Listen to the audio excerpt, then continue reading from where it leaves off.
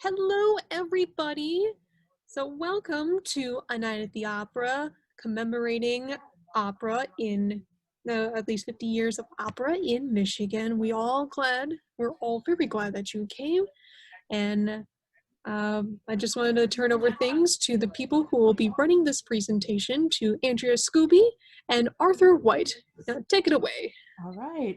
Thank you, everybody, for joining us digitally. It's nice to be able to gather, even though we're gathering in on the internet today. We just really appreciate you coming out. We are excited to celebrate 50 years of Michigan Opera Theater. Tonight, we're going to look at some notable productions from MOT's past. We're going to talk about the company's history, but then we also want to look toward the next 50 years of opera and at MOT. So we'll talk a little bit about some contemporary productions that have just opened in these last few seasons. Things that maybe in the future we can look forward to seeing on opera stages in Detroit and beyond. My name is Andrea Scooby. I am the Director of Education with Michigan Opera Theater. And I'm Arthur White, Director of External Affairs. As Andrea said, we are thrilled to be joined with you all tonight. It's so unusual for us. We're so used to doing things in person, and so being socially distant, responsibly socially distant is the order of the day. So it's a great opportunity for us. Actually, we've connected, I would say, last 6 months, I would say. Would you say, Andrew, we've been doing these virtual presentations, and it's really been quite exciting, and also an opportunity to reach people we might not normally have reached either in the Opera House or maybe even at your local library. So we are thrilled to be here to talk about MOT and our 50th year. This is we're coming up on as our 50th season. So we start right in, Andrew? Should I jump in? I think so. So like I mentioned, we have a presentation for you this evening. Arthur is going to share his screen, so you'll mostly be seeing our presentation. But as we get toward the end of the evening, we also want to hear from you, and we will have time for some Q&A to answer questions that you may have about anything we talk about tonight or about MOT's past, present, or future. So, but I think with now, if everyone can see Arthur's screen, we can move right into it. Okay, very good. Well, as I said, this starts our 50th season, 50 years. And I was just thinking back, 50 years ago, what was the landscape when our opera company was founded? What was going on 50 years ago? Well, about 50 years ago, we were in the shadow of the dramatic Detroit Rebellion 50 years ago. The Vietnam War was raging 50 years ago. Just about 50 years ago, we lost two political figures, Martin Luther King and Robert Kennedy, to assassination nearly 50 years ago. It was a tumultuous time around the whole country, particularly as well as Detroit. People were fleeing Detroit, but one man was actually doing something different. He was building in Detroit. His name was Dr. David DiChiara. He was Michigan Opera Theater's founder and visionary. He's the son of Italian immigrants. He was born in 1935 in Pennsylvania. So this is in the middle of the Great Depression. His mother had some health challenges, and so they moved to Los Angeles, where he goes on and completes his studies. He showed great musical talent at an early age. He played the piano. He would go on to get his degrees in composition and musicology. He would go on to get his doctorate, actually, at UCLA. And in 1962, Oakland University, which was pretty new at the time, contacted him about coming to our area, to establish the musical program at Oakland University, which he did. And so a few years while he was here, he was thinking, there's no opera company. I'm actually from Chicago. I'm Michigan about 10 years ago. I've been an opera nut for many years, since I was probably in high school. And I was really surprised to learn that before this man, there was no dedicated opera company in Detroit. And so he decided he was going to be the person who was going to establish Michigan Opera Theater. There was opera, though, in Detroit, and you'll hear about this when Andrea talks about the old opera house. Some companies would come in, maybe like the Met would go on tour. Maybe once a year they might come in to Detroit for 2 or 3 weeks and do performances, and that would be about it. And they'd go on to their next stop. So there was some opera being performed, but just not our own dedicated company. And so he decided he was going to change that. And so he established what he had to do first was sort of establish the appetite for opera. He started something called overture to opera, something that we are still doing to this day, 50 years later. He would go into neighborhoods, introduce an opera, talk about the opera, give some background to folks who might not be familiar with opera, maybe have never even been to the opera, to provide a space in the community where people could learn more about the opera and then hear pieces or selections. And then he would sort of slowly coax them into coming down to see a production. Now, he had decided when he established this company that he wanted to be a part of the recovery of Detroit. So he insisted that this company be housed out of Detroit. But when many folks might have preferred he gone elsewhere, maybe Oakland County or other places. But he decided he wanted it to be in Detroit because he wanted to be a part of the recovery of Detroit. So I'll hand it over now to my friend Andrea to talk a bit more. We could talk about some of the history of opera and the Opera House in Detroit. That's right. So thank you, Arthur, for setting that up for us. Now, the opera house that we know today, that we work out of, that you come down to see productions at today, is not the first opera house that existed in Detroit. So what you see on your screen is the original Detroit Opera House, built in 1869, and it was located in Campus Martius Park. And as Arthur mentioned, there would be touring operas, the Metropolitan Opera, some other local, performances would come through that space, as well as, vaudeville performances and the like. But that building suffered a fire in 1897.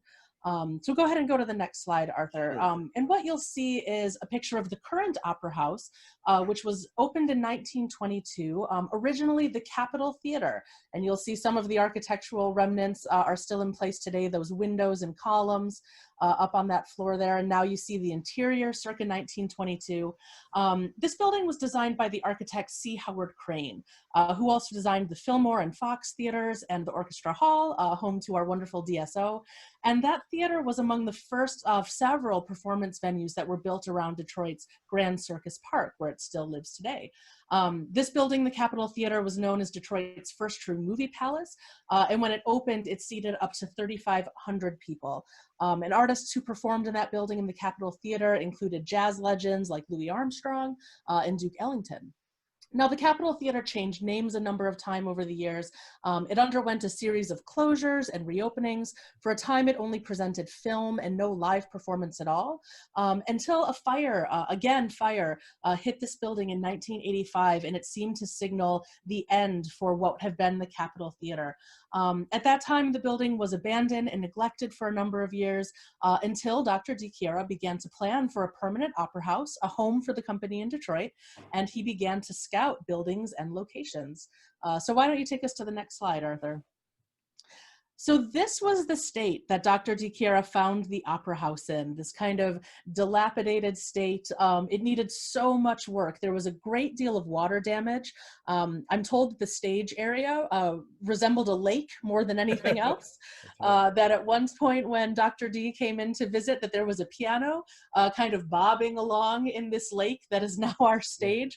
I don't know if that's urban legend or truth, but no, it's true. It was the orchestra pit, to be exact. It was floating in the orchestra pit. Oh my gosh, I'm so glad to hear that, Arthur. Yes. So yeah, there was so much water, there was so much damage.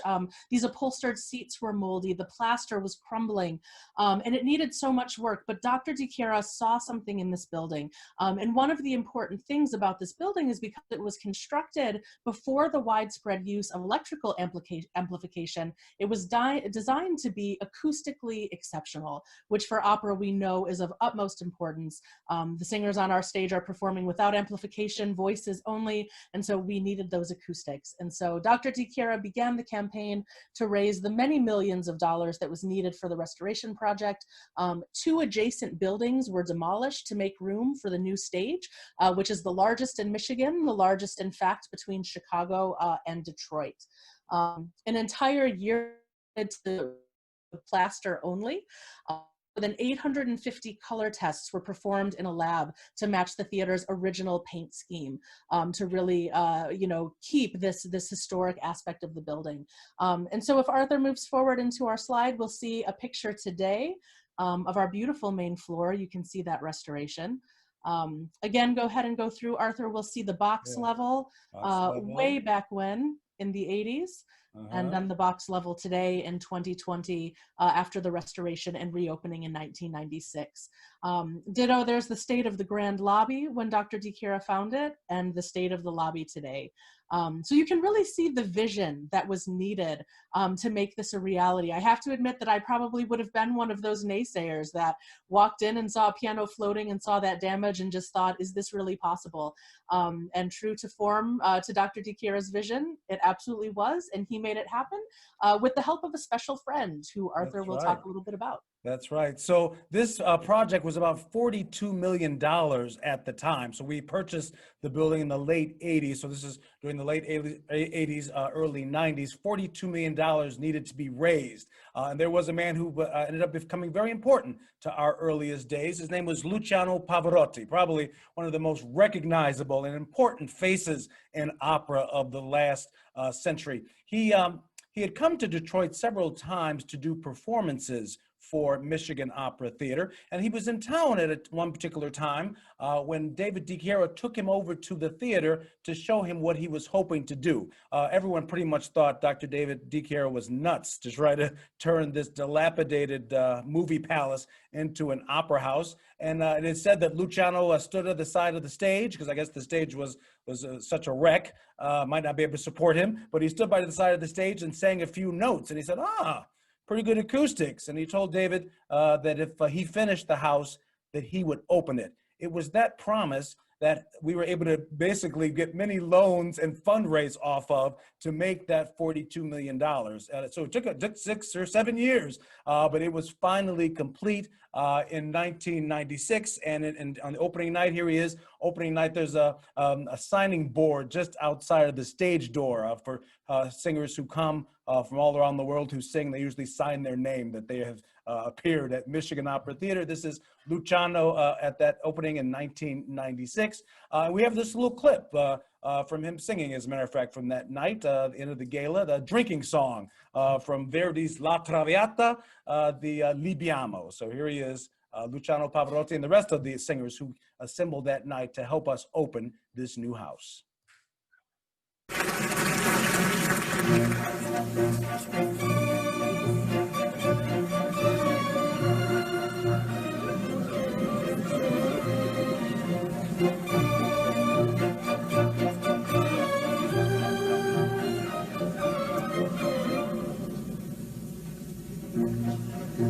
Viviamo nei lieti carici che la bellezza infiora e là fuggevano la sineria voluta.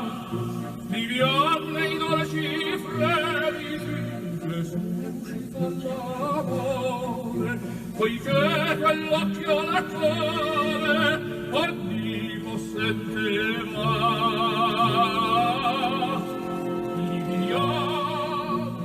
Pure amore fra i conici più conivaci avrà.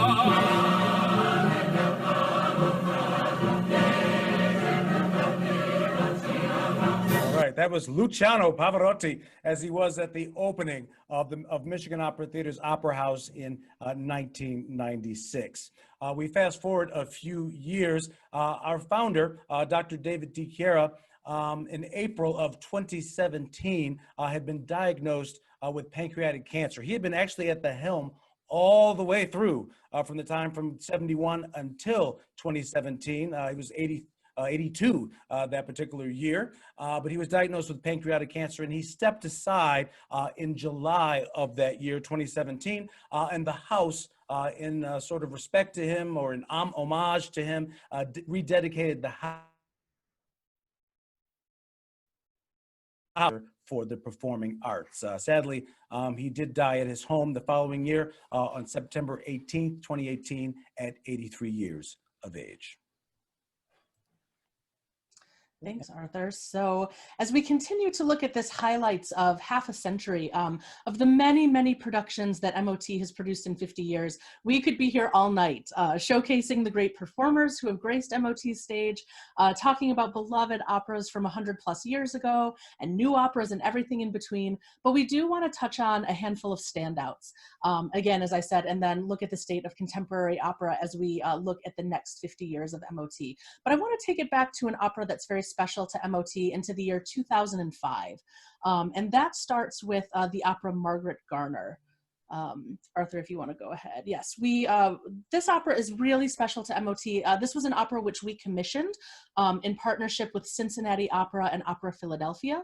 It had its world premiere at Detroit in the Opera House in 2005. Now, Margaret Garner is an opera which is based on the true story of a woman named, of course, Margaret Garner. She was an enslaved woman in Richwood, Kentucky, by the politically prominent Gaines family of the time. And in 1856, Margaret, or Peggy as she was known, was 22 years old. She was pregnant with her 5th child, and she escaped with her family to the free state of Ohio, arriving at the home of her cousin, who had been formerly enslaved and now lived as a free Black man in Cincinnati. Margaret and her family had plans to travel further along the Underground Railroad to Canada. And Arthur, you can go ahead and advance that slide.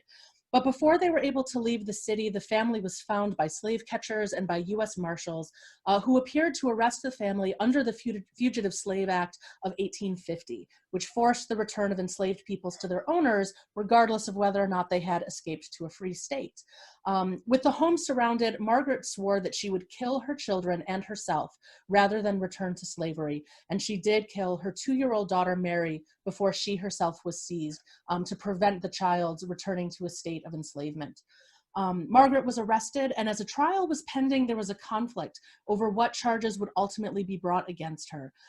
Abolitionists pushed that she be tried for murder, which would have established Garner's personal rights and set a precedent for the rights of enslaved people everywhere. But instead, Garner was accused of destruction of property, her daughter being the property of the Gaines family. Garner and her husband were ordered to return to Kentucky and to remain under Gaines' ownership, and 2 years later, she died of typhoid fever at the age of only 24. So this was the real life story of Margaret Garner, and Arthur, you can move forward one. And her story served as inspiration to the prize-winning author Toni Morrison, who many of us may know. Ms. Morrison came across a newspaper article which recounted Garner's story while she was editing a compendium called The Black Book, which was a compilation of Black history and culture. And it was after reading this story that she was inspired to write the book Beloved, which would go on to win the Pulitzer Prize for Fiction and the National Book Award. Now, Beloved is not a factual and biographical rendering of Garner's life. Morrison said herself, "I didn't do any more research about that story. I did research about everything else in the book, Cincinnati, abolitionists, and the Underground Railroad, but I really wanted to invent Margaret Garner's life." And so you who have read Beloved may know that it's in no way a biography. Morrison put her own spin on it. But Toni Morrison did have the chance to more factually render Margaret Garner's story when she agreed to serve as the opera's librettist. You can show us the next photo, Arthur. She put the story and the words to the music of composer Richard Danielpour. You'll see her there at the opening of Margaret Garner with the composer, Mr. Danielpour, and with Dr. Di Chiara. At Margaret Garner's opening. And that was an amazing thing to have Toni Morrison come and write this opera and work with MOT in this commission to put this amazing story to music. Toni Morrison said of the opera, "The interest is not the fact of slavery, but of what happens internally, emotionally, and psychologically when you are enslaved and what you do to transcend that circumstance." And that's what Margaret Garner reveals. One of the goals for MOT of commissioning the story of Margaret Garner as a new American opera was to inspire passionate reactions and meaningful dialogue about the quest for freedom in America. And I think, as we obviously know, those are dialogues that are still continuing to be had. These are questions that we still grapple with as a nation. And in that way, Margaret Garner is more relevant than ever. So it had a reprise in MOT, at MOT in 2008. It was fairly beloved, if I may not try to use a pun, when it opened here. And so we brought it back just a few years later. And that story of freedom is the focus of the excerpt that we're about to see. In the scene we're about to show, Margaret and her husband, Robert, have escaped their enslavement in Kentucky. They're hiding out in a Cincinnati safe house. And in this duet, they dream of their free life, of a strong and meaningful marriage, and of dignity for their children. And Robert tells Margaret that just as the elm tree protects them from bad weather, he will always protect her as well. And so this is Denise Graves and Greg Baker in Act 2, Scene 2 of Margaret Garner.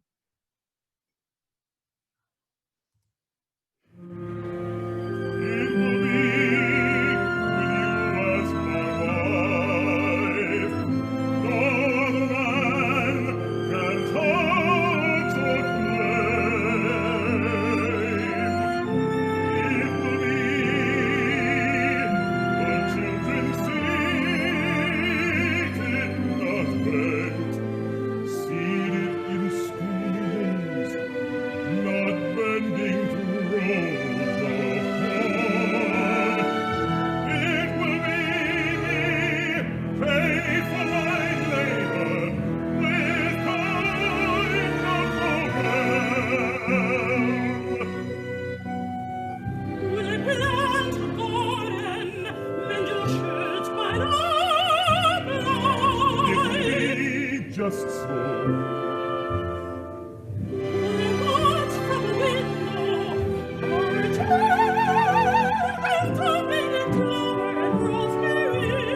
Trust me, Margaret.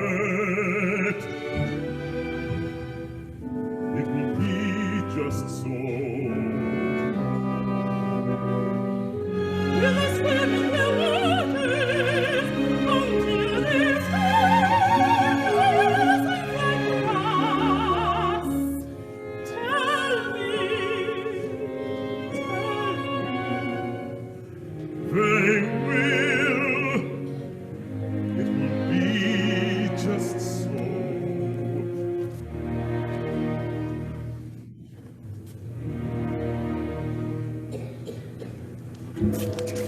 Look, do you see this tree?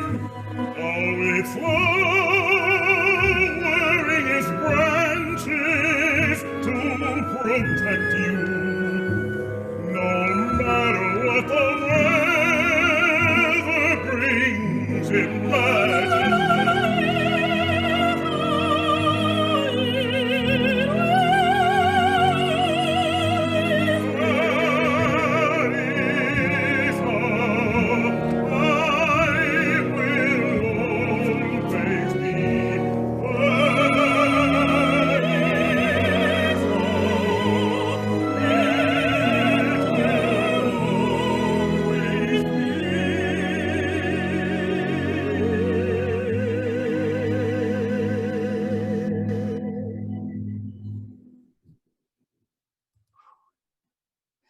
I think that's so beautiful musically. I just needed to take a second after hearing that duet.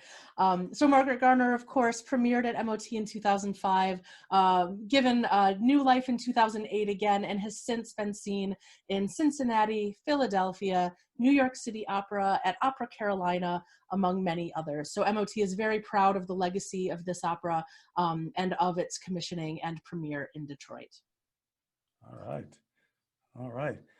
So we're going to go a little old school on you and give you some Puccini, La Boheme, probably one of the most beloved and popular operas. It's known as often the opera for the neophyte. Usually new opera lovers usually embrace this piece so beautifully by Giacomo Puccini, perhaps the most important Italian opera composer after that of Giuseppe Verdi. As a matter of fact, he comes right after Verdi, and he's actually called the successor by many people, the successor of Verdi. This opera about a group of bohemians who experienced love and loss in Paris in the 1830s. And it revolves around a heroine named Mimi, who is being afflicted by the 19th century pandemic of her time, that was tuberculosis. You know, I have been looking at some of these heroines like Mimi and Violetta and Traviata, for those of you who know that opera, heroines who are all dying of tuberculosis in this COVID-19 world. These operas and these heroines, their suffering has been sort of, in my mind, I'm looking at them in a new way, in a different way. And as I was looking at tuberculosis, studying for this opera, maybe I think I did a talk on this opera a couple of months ago. I was caught by so many of the similarities. I just wanted to add a quick thing. This is just for the video. Sorry for what just happened. We experienced a glitch, but this is part 2, and this is Emily Klakowski, Adult Services Librarian, signing off. And so, Arthur, take it away. Okay, so we're going back. This is La Boheme. This is the first act aria of Mimi. Did you hear me talk about pandemics or not really? Did we miss that? We did I talk heard about that. Okay. Oh, but so, I see it. So this is Mimi's aria. She has lost a light from her candle. She has arrived at the poet Rodolfo's door looking for a light. He lets her come in. For that light, the two are instantly drawn to one another, and they begin to talk about each other's lives, sort of revealing each of themselves to the other. And here is her aria, Si mi chiamano Mimi, where she says, they call me Mimi, but my name is actually Lucia. So here she is in her first act aria.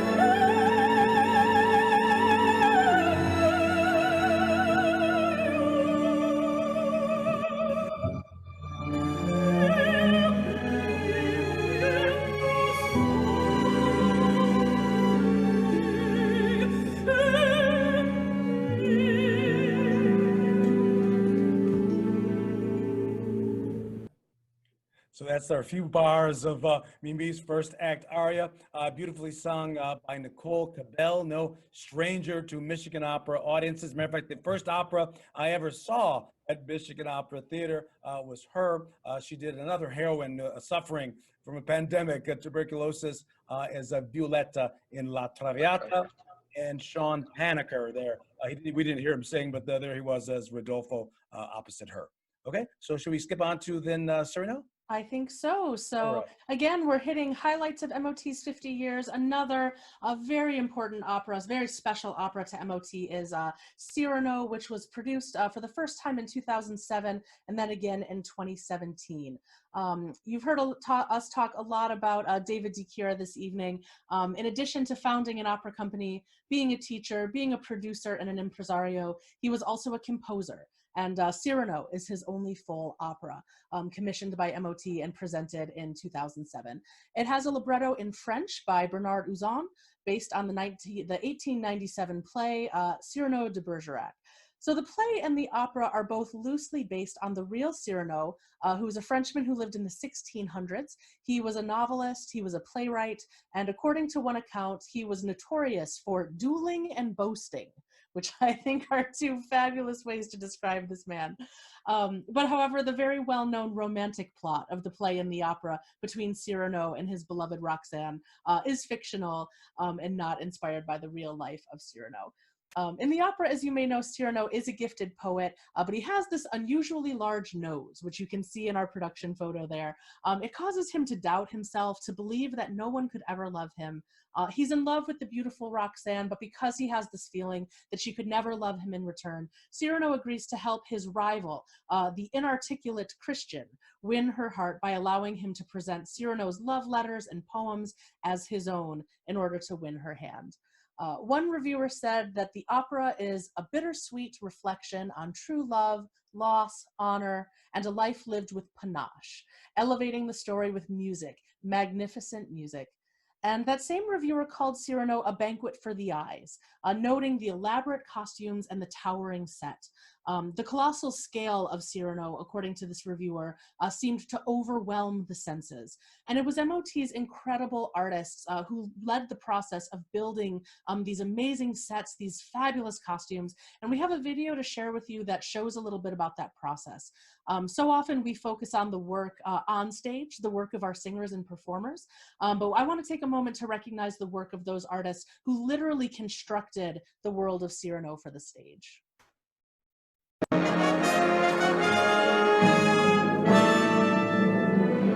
The classically French tale of Cyrano required designs that captured the romanticism and emotions of the story.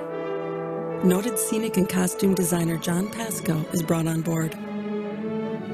So I tried to focus on creating a visual world that would reflect the romance of the story and the period in which it's originally set. And it's for me, Cyrano is one of the stories that you cannot update because it's a story about the power of the word.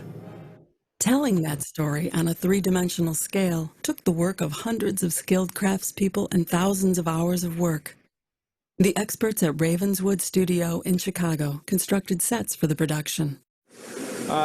With any opera, opera scenery is very big. A lot of the challenges revolve around how to get it to move around the stage and go together and be engineered in a way that it's safe and goes together quickly. So there's a lot more work involved in the backside of the scenery that most people don't see as opposed to the scenery part of it that is seen. You know, grand opera is that. It's grand. The scenery is huge.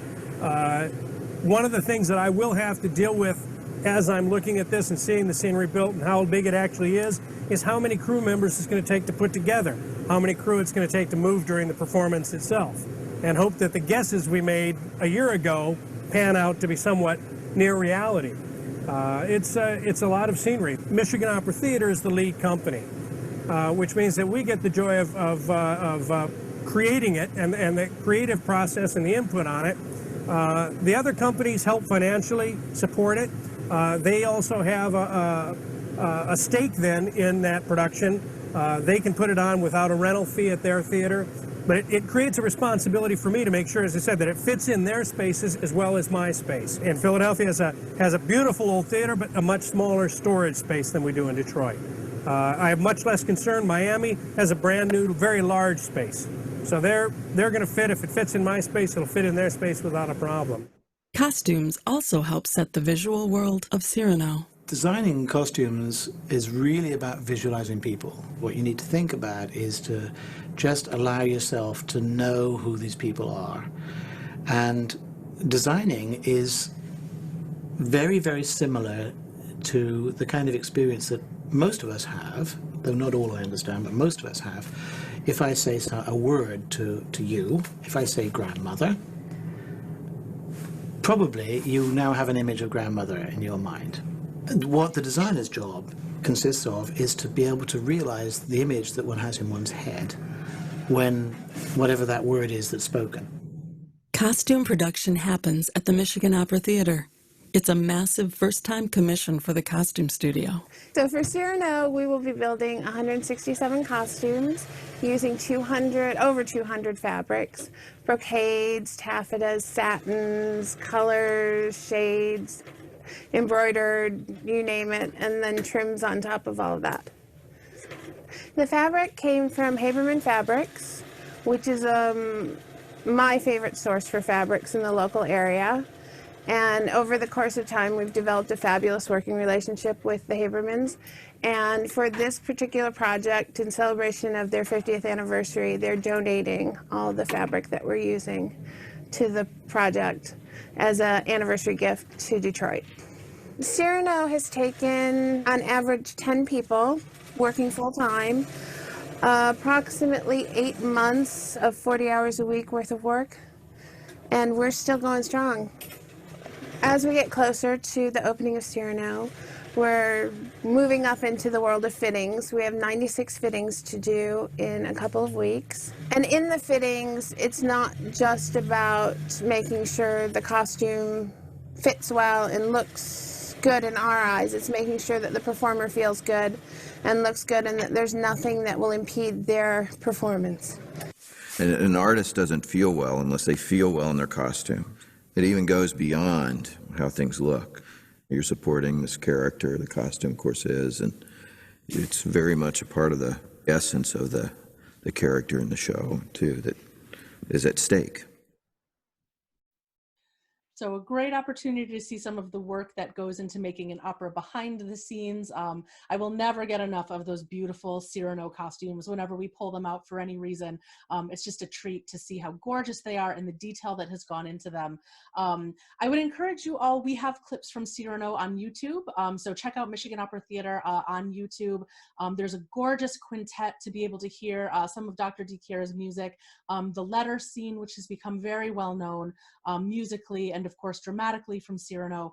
So if you want to hear a little bit of the music of Cyrano, I'm going to tempt you just a bit tonight and with the story, but tell you to go check that out on YouTube, and you really won't be sorry to hear this gorgeous music. But we are going to move on, and Arthur, I turn it to you.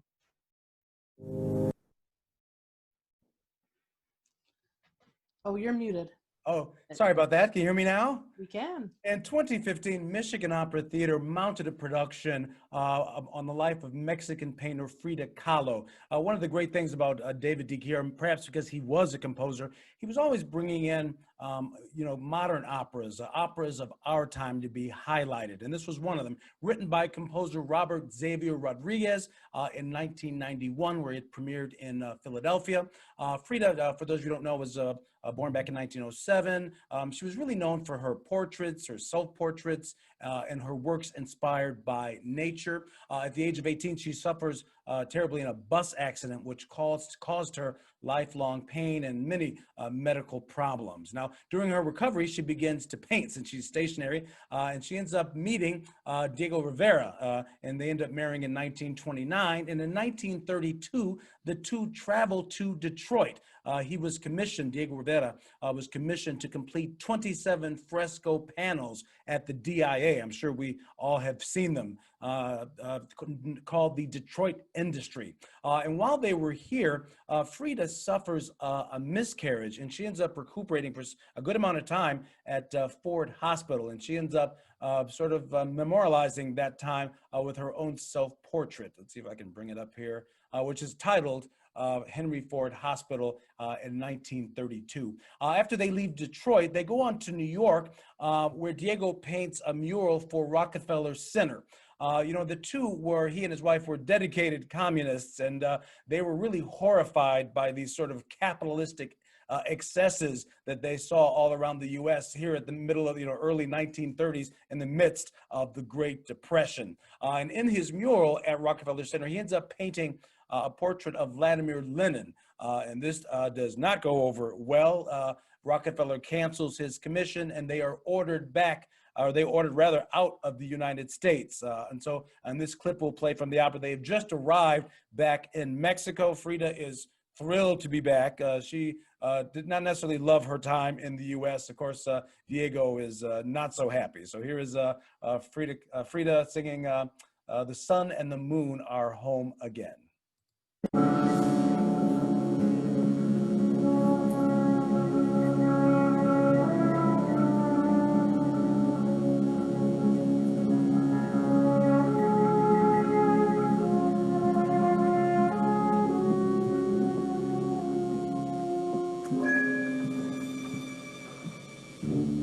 Finally, home again!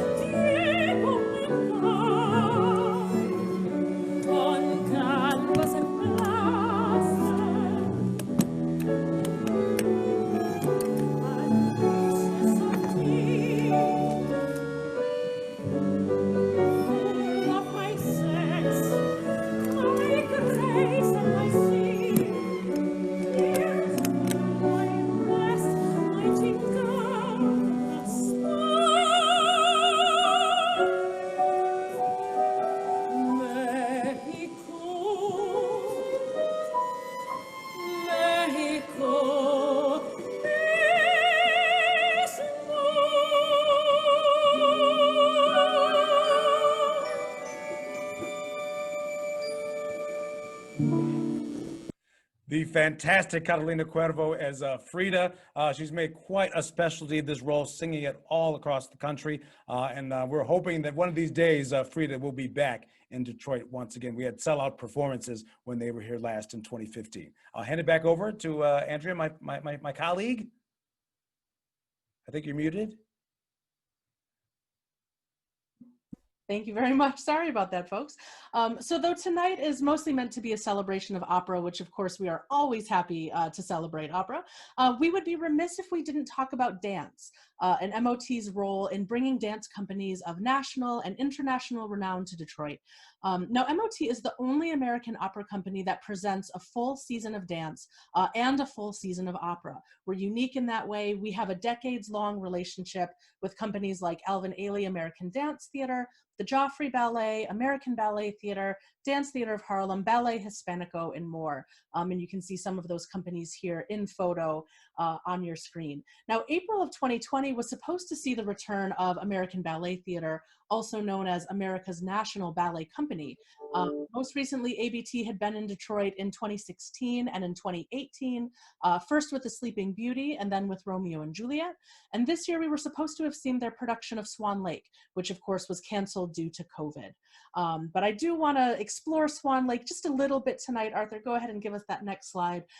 Because Swan Lake is one of the most well-known and beloved ballets in the canon, with iconic music by Tchaikovsky. It tells the tragic story of Prince Siegfried and his love Odette, who has been cursed by the evil Baron von Rothbart.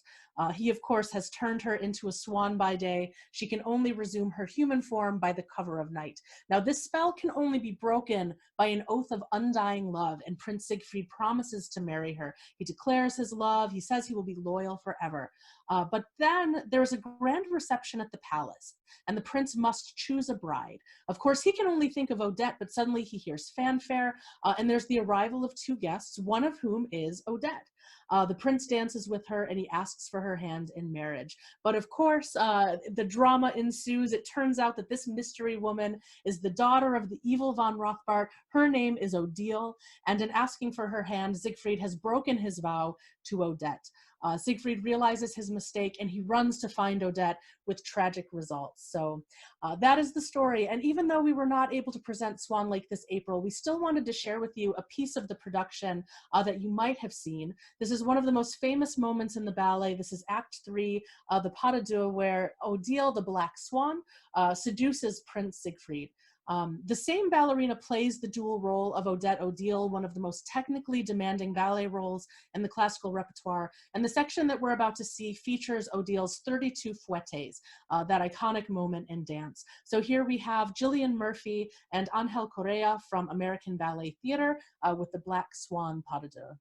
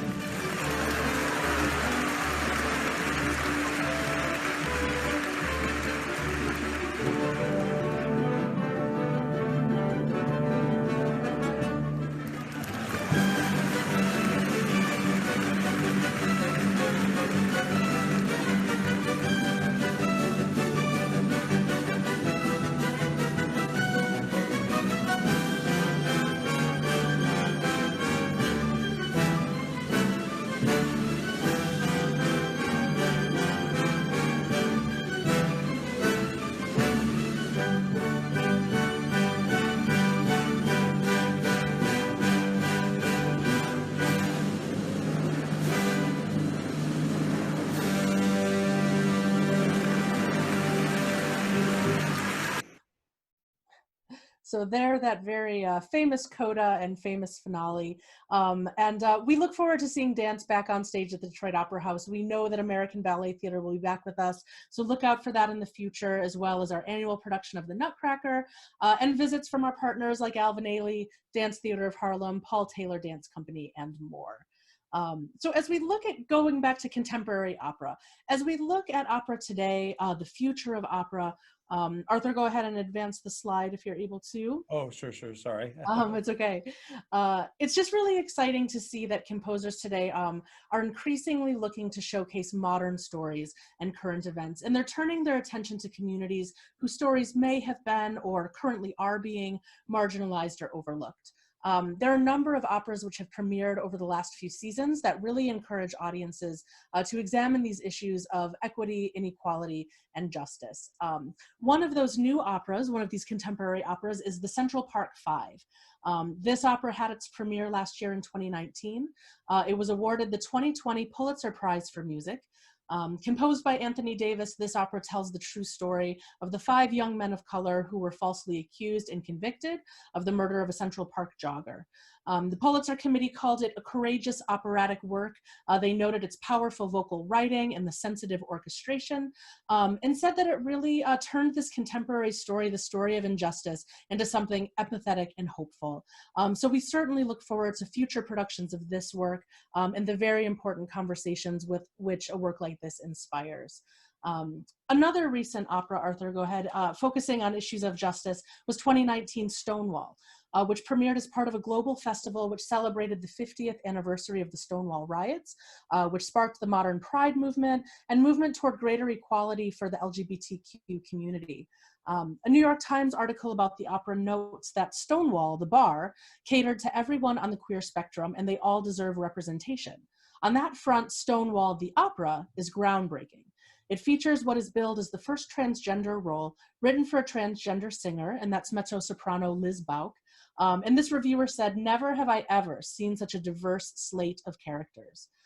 This opera and others which focus on LGBTQ stories and characters have become much more prominent in opera in the past decade or so. Stonewall joins operas like 27 and Champion, both of which produced recently by Michigan Opera Theater, as well as operas like Brokeback Mountain, As One, and Fellow Travelers, which highlight this history and experiences which often remain unacknowledged. So it's this wonderful shift to see contemporary opera telling real stories of our time and uncovering histories that may not be as well known in our communities today. And Arthur, I know that you have a story to tell us of one such new opera which is causing a buzz. You're exactly correct. You know, so often, you know, my first love of opera, I fell in love with the early works of the 19th century, you know, but opera of our time, which Andrea began to really hit on, is really an amazing thing. So many operas are written today, are being written today constantly. And it's very exciting, and particularly in the United States, not so much around the rest of the world, but particularly in the United States. There's a lot of opera being inspired. And one of them is one that just premiered just last year, the opera Blue, an opera composed by Janine Tesori, by a libretto by Tazewell Thompson. Tazewell Thompson is a famed stage director who's directed many productions here at Michigan Opera Theater over the years. And Music Critics Association named this opera Blue the best new opera of 2020. Now, the opera has a lot of resonance today. It deals with the killing of an unarmed black man at the hands of a police officer. This story seems to be played out almost weekly over this very crazy summer. But the opera does something a little, gives you more of a twist. It makes the father of the young black youth who was murdered, it makes the father a police officer. So it turns out that a fellow police officer has killed his son, which also adds a whole nother layer of complexity to this story and this experience. And so we just wanted to share a couple of scenes from it. This particular scene, the wife, the police officer's wife, is actually talking with their girlfriends about this man she's fallen for, and they find out that he's a cop, and you know, they're like, oh, they can't believe it. Why would you want to marry a cop? But here is just one of the scenes, and also some commentary from the Tazewell Thompson, the librettist. You married a cop, you married a cop. I wanted to write something that was about a family, a black family, and what happened to their lives when their teenage son was taken away from them through a gunshot. The black police officer who is part of Men in Blue, what conflict he would have if it was a fellow police officer who shot his son. And that to me was, certainly the stuff of what makes drama so interesting.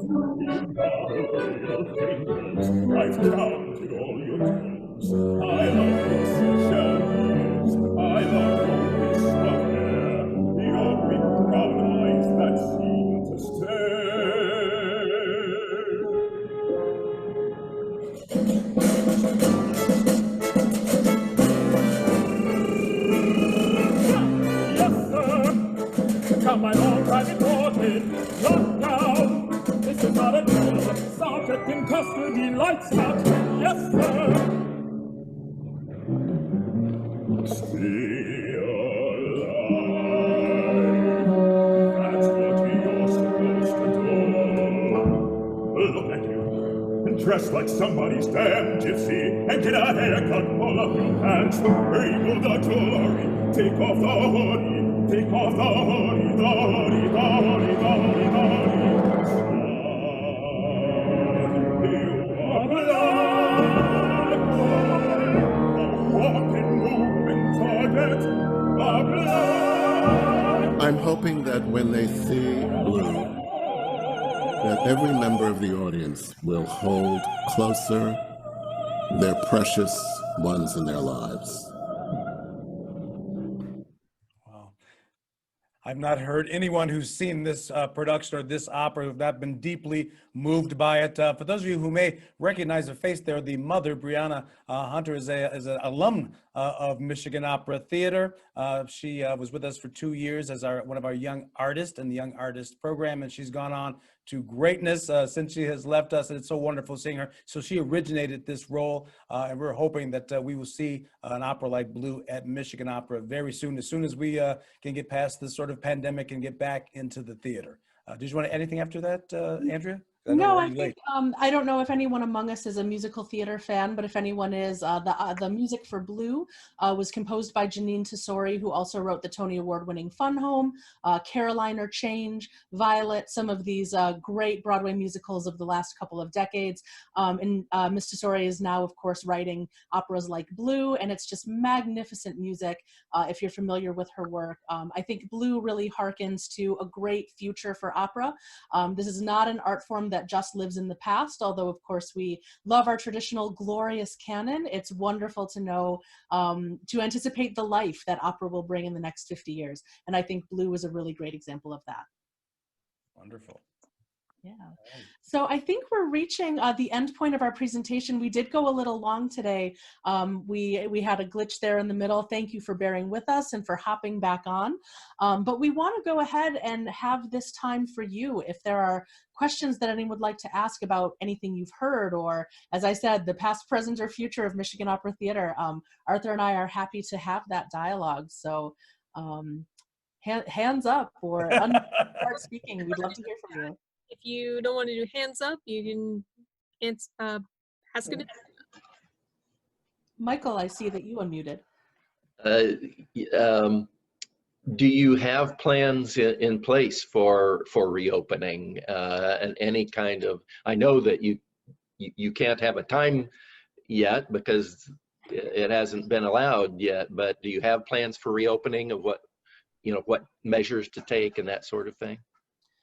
Right, yes. We are working, and Arthur, I saw you were about to speak, I'm sorry. We're working with the National Sanitation Foundation to put best practices in place to make sure that once we do open, it's safe for everybody, backstage for our performers, in the pit for our musicians, and of course, in the house and the lobbies for all of our patrons.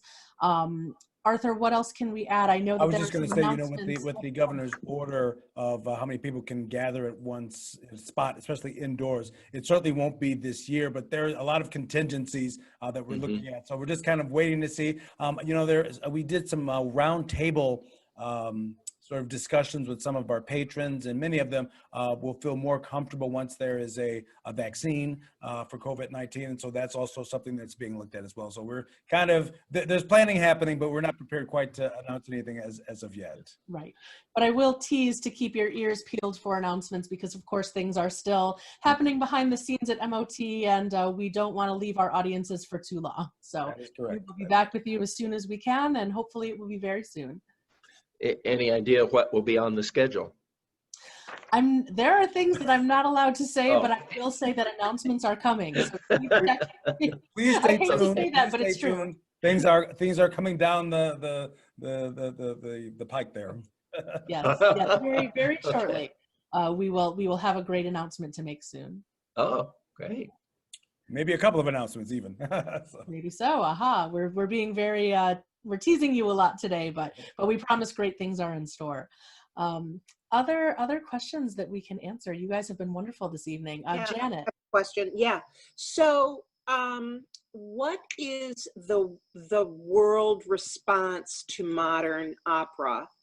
And when do you consider modern opera having its start?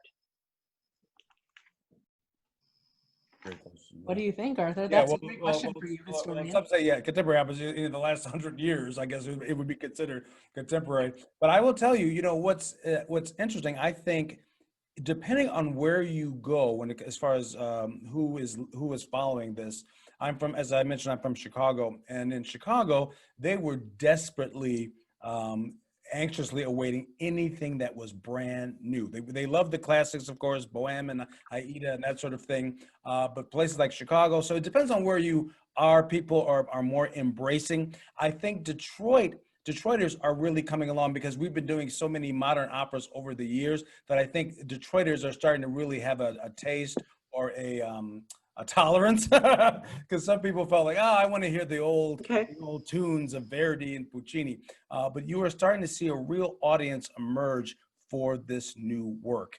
And I have to tell you, even myself, who was a great traditionalist, even I have begun to really love some of these newer works. We had Ricky Ian Gordon's Grapes of Wrath here just recently, A View from the Bridge a couple of years before that. So I'm not sure if I answered the question, but oh, no, you did. Absolutely. Right. Absolutely. So do you think we're going to be seeing any of the traditional operas sort of like La Bohème, Rent, I think, Rent is more of the modern opera that, is that true or not? I don't know. It's based off the same story, certainly. Yeah, yes. But Bohème is not going anywhere. Bohème is the third most frequently performed opera in the world. So, but that opera is going nowhere. Right, but the fact that there is now Rent, are there going to be other very traditional operas where we're going to be seeing things like that happening? Well, You know what I mean? Go ahead, Arthur. I don't mean to cut you. No, go ahead. You know, I think that, Rent is a great example of the way that opera stories still resonate, that the core of a story still resonates with modern audiences. And you can see it in, if we're talking musical theater, I mean, Miss Saigon is an update of Madama Butterfly. So I think that opera, because it's rooted in such classic stories and such classic characters, that it's always open for reinterpretation. I'm not aware right now in the musical theater of any operas that are being kind of rewritten and modernized in the way that Rent was and the way that Miss Saigon was. But I think that the opera world is primed for that. I think that these are stories that we share a common heritage with. And I'm very interested in those modernized stories, and I come from that, of course. I'm the director of education. I always want to hear, what do people think about these stories? What resonance do they have in our lives today? I think those are important conversations. And I think musicals like Rent, put new focus on opera. And I have to say, since you're using Rent as an example, that's the reason that I learned what La Boheme was. I was a musical theater kid. That was my background. And when Rent premiered, in the mid 90s, and I was all about it, I was like, oh, this is based on an old story? What's this old story? And discovered La Boheme, and there was the seed of my love for opera.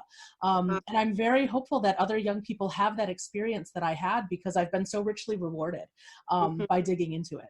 Yeah, but I was going to add also, there's a composer, Jake Heggie, I don't know if you know that name. He premiered an updated telling of the Faust story in modern day at the San Francisco Opera last year. I saw it and fell in love with it, and I'm hoping we're going to bring it to Detroit once we get back to normal. So yeah, people are definitely, I'm telling you, more opera is being written in the United States than ever before, and I can't exactly say what's driving it. I'm happy about it, but I'm not exactly sure what's driving it. But it's not happening in Europe. It's just not happening in there. But it's happening here.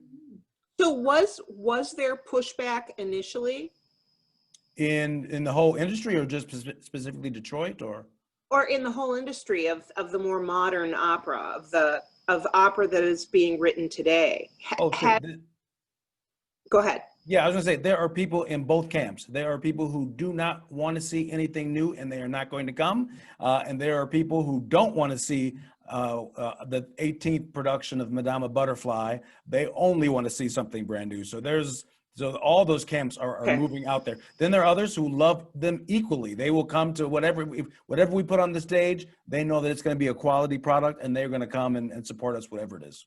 Okay, great, thanks. Yeah, thank you. That's a great question. Yeah. Anything else before? Favorite color, shoe size? Yes, Ms. Harwood, I see your hand is up. Oh, but you're on mute though. Oh, unmute, Tootie. Yeah. Here. There. I'm just wondering what you are advising all your many volunteers that I know love to help you down at the opera. Are you giving them any guidance on what they can do, or how soon they can come back to help you out? Well, where'd she go? There? I see Tootie. I still see Tootie. Oh, I see her. Yeah, I think right now they're already, as Andrea had mentioned, they're already putting in protocols as to how to deal with as a matter of fact, there's already being training classes. I have a training class next week. I'm supposed to go to understand these new protocols while we are in the Opera House. So slowly they will, the ushers and everyone will be trained prior to the once we open the house to accept our patrons and the audience. So just waiting to, as I said, it's this waiting to see what the governor will do, when this order will be lifted, and that's what. I think we have time for one more if anyone has a question. I do want to respect everyone's time, and we have gone a little over this evening. Thank you all so much for hanging in there with us. Yeah. Any last thoughts from anyone before we say good evening? All right. I don't see any hands. Oh, Maya, thank you for your comment in the chat. I agree. This was a wonderful evening. Thank you all for taking the time out to come celebrate MOT's 50 years. This is a 50th anniversary season we could never have foreseen. I don't think any of us expected that we would not be, looking toward our first, grand production of the year. But there are exciting things underway at MOT as we celebrate this 50th year and look ahead to the next 50. So thank you everybody for joining us, for being a supporter of MOT and opera lover, and have a great evening. We hope we see you again soon. Thank you. Thank you Thanks all for so doing much. this. Thank you We both so appreciate it. much. Thank you. Bye. Thank you for presenting. And if you aren't following us, please look for us on Facebook and Instagram so you can hear about our latest news that's coming up. Okay. Will do. No, thank you. Thank you. Awesome. Thank you, Emily. Thank you to the Clarkston Library. Emily, you have been a wonderful partner and host. This is our second season with you, and we look forward to many more events. Oh, absolutely. I definitely agree. Thanks, Emily. Thanks, Emily.